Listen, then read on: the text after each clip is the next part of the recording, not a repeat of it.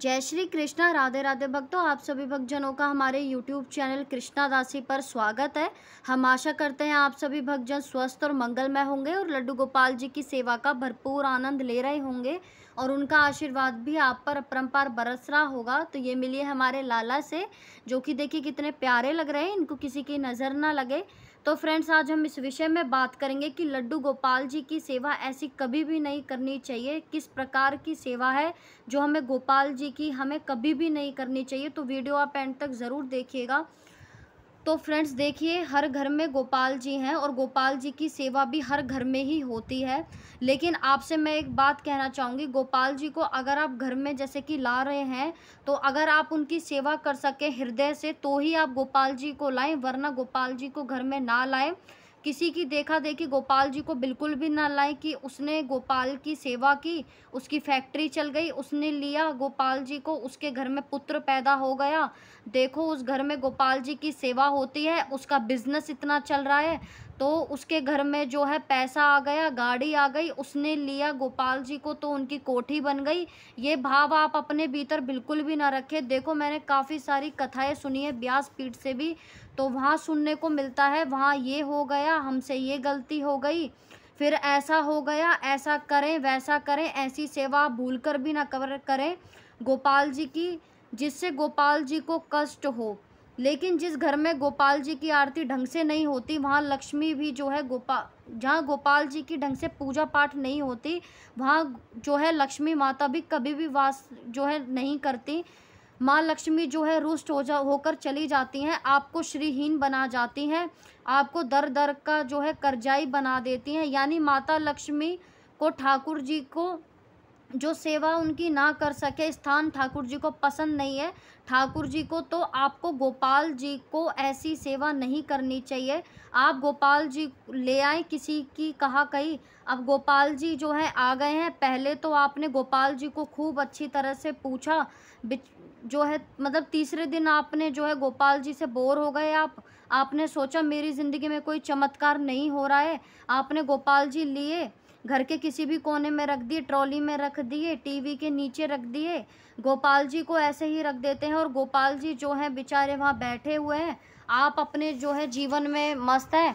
या 4 दिन आप किसी की सुना सुनी गोपाल जी को ले आए, गोपाल जी के साथ खूब खेले खाए पिए, 5वें दिन ठाकुर जी को उनके हवाले ठाकुर जी को छोड़ दिया, खुद अपने जीवन में मस्त हो गए। ठाकुर जी को कोई ना भोग लगा रहा है, ना कोई जल दे रहा है, ठाकुर जी का स्नान नहीं हो रहा है, ना उनकी गर्मी का आपको एहसास हो रहा है, ना सर्दी का एहसास हो रहा है।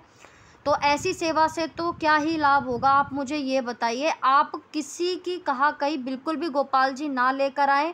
और पीछे तो ऐसी घटना हुई है, कुछ बहनें बांके बिहारी के मंदिर में आई और मंदिर में आने के बाद जो है बिहारी जी के दर्शन करने के लिए आई थी, और उन्होंने क्या किया, आगे रस देखा और अपने गोपाल जी को जो है बिहारी जी की जो हरी कांच चौराया है उसके बाहर ही जूता घर बना हुआ है, ठाकुर जी को वहाँ जूता घर में ही बिठा दिया और खुद चली गई ठाकुर जी के करने के लिए दर्शन।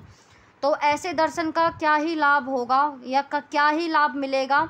जिस बांके बिहारी जी के दर्शन के लिए आप भगे भगे वृंदावन आते हैं और वो बांके बिहारी आपकी गोद में ही है, विराजमान है, जिसको आप लड्डू गोपाल जी के भी रूप में जानते हैं, कहते हैं, उन ठाकुर जी को आप जूता घर में छोड़ जाते हैं और बिहारी जी के दर्शन के लिए चले जाते हैं। इन दर्शनों का क्या ही लाभ मिलेगा। ऐसा अनर्थ आप बिल्कुल भी ना करें, ऐसी सेवा आप बिल्कुल भी ना करें।